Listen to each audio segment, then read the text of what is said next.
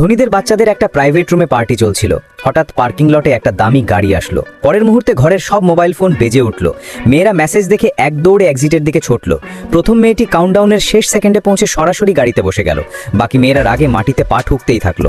গাড়িতে বসা মেয়েটি সঙ্গে সঙ্গেই লোকটার কাছে গেল। ঠিক তখনই একজন ধনী ছেলে রাগে বাইরে এসে তাকে তাড়া করে ওই লোকটাকে শিক্ষা দিতে যাচ্ছিল, কিন্তু তার বন্ধু তাকে থামিয়ে বলল ওই লোকটা ব্ল্যাক ড্রাগনসের তরুণ মাস্টার। সত্যি কথা জেনে ধনী ছেলেটা নিজেকেই একচড় মারল এবং মেয়েটিকে নিয়ে লোকটা চলে যাচ্ছে এটাই দেখে দাঁড়িয়ে রইল। সেই মুহূর্তে লোকটার বাবার ফোন এলো। তিনি সতর্ক করে বললেন তার আশেপাশেই একজন বিশ্বাসঘাতক আছে। কিছুক্ষণ পর সেই বিশ্বাসঘাতকই বাবার ফোন তুলে লোকটাকে হ্যালো বলল। হঠাৎ গুলির আওয়াজ শোনা গেল। বাবা আর মেয়েটি মাটিতে লুটিয়ে পড়ল। লোকটা ভীষণ ঘাবড়ে গিয়ে দৌড়ে পালালো। বাবার মৃত্যু আর তাড়া খাওয়ার ভয়ে সে ভেঙে পড়ল এবং রাস্তায় অজ্ঞান হয়ে গেল। পরের দিন এক মেয়ে সাইকেল দিয়ে তাকে ধাক্কা দিল।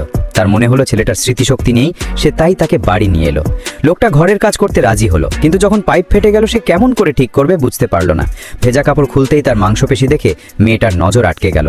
মেয়েটার মনে হলো সে যেন বিপদ ডেকে আনছে, কিন্তু লোকটার সরল চেহারা দেখে সে একটা সুযোগ দিল এবং নিজে মাছ বেচতে বেরিয়ে গেল। বাড়ি ফিরে দরজায় রক্ত দেখতে পেল। ভেতরে গিয়ে দেখলো লোকটা মাছ কাটছে। ছুরিতে তার দ্রুততা দেখে মেয়ে মজা করে বলল, খুনি হয়ে গেলে না কেন? তখনই ব্ল্যাক ড্রাগনসের কয়েকজন লোক এলো। তারা চাঁদা তুলতে এসেছে। মেয়েটার তো ভাড়া স্টল, সে বুঝতে পারলো না কেন তাকে টাকা দিতে হবে। তারা তাকে কম বয়সী ভেবে ভয় দেখাতে লাগলো এবং মারার প্রস্তুতি নিচ্ছিল। ঠিক তখন লোকটা সামনে এসে তাদের গুড়িয়ে দিল, কিন্তু তার ক্যাপের জন্য তারা চিনতে পারলো না যে এই সেই তরুণ মাস্টার। যে লোকটা একসময় ক্ষমতাবান ছিল, এখন সে মেয়েটার চিংড়ি তোলায় সাহায্য করছে। একবার সে পিছলে গিয়ে সোজা মেয়েটার ওপর পড়ে গেল। একটা লবস্টার মেয়েটার হাত কামড়ে দিল। লোকটা কাছে এসে তার ক্ষতে ফুঁ দিল। তার কোমলতায় মেয়েটি মোহিত হতে লাগলো। কিন্তু পুরনো ঘটনাগুলোর জেরে ব্ল্যাক ড্রাগনস আরেকজনকে পাঠালো। সে বেরোলো মেয়েটার স্কুলের প্রতিদ্বন্দ্বী। স্কুলে সে মেয়েটিকে খুবই বিরক্ত করত, এখনও করতে চায়।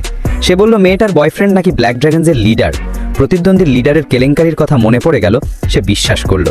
সে জেদ ধরল মেয়েটি তাকে মিটিংয়ে নিয়ে আসবে। মেয়ে না করলো, কিন্তু সে হুমকি দিল না এলে খারাপ হবে। যে লোকটা স্মৃতিশক্তি হারিয়েছে, মেয়েটি তাকে বলল সে যেন লিডার সেজে আসে, না জেনেই যে আসলে সেওই সেই লিডার। তারপর সে কাপড় পাল্টাতে বলল, কিন্তু কোনোটাই ঠিকমতো মানল না। শেষে যখন কালো স্যুটটা পরল তখনই মনে হলো এটাই নিখুঁত। এরপর মেয়েটি তাকে ওয়াইন খেতে শেখালো। দুজন প্রস্তুতি শেষ করে বেরোলো। সবচেয়ে জরুরি মুহূর্তে লোকটা বাথরুমে গিয়ে বমি করতে লাগলো, কারণ আগের রাতে বেশিই খেয়েছিল। সেই সময় প্রতিদ্বন্দ্বী এসে পড়ল। মেয়ে বলল সে বাথরুমে, কিন্তু কেউ বিশ্বাস করলো না। মেয়েটি তাকে ফোন দিল এবং নিজের সোজা প্রাইভেট রুমে ঢুকে গেল। 2 ঘন্টা কেটে গেল, লোকটা এলো না। সবাই অস্থির হয়ে উঠল। প্রতিদ্বন্দ্বী উঠে মেয়েটির দিকে এগোতে লাগলো, কিন্তু সে বোতল তুলে হুমকি দিতেই পেছন থেকে একটি শব্দ শোনা গেল।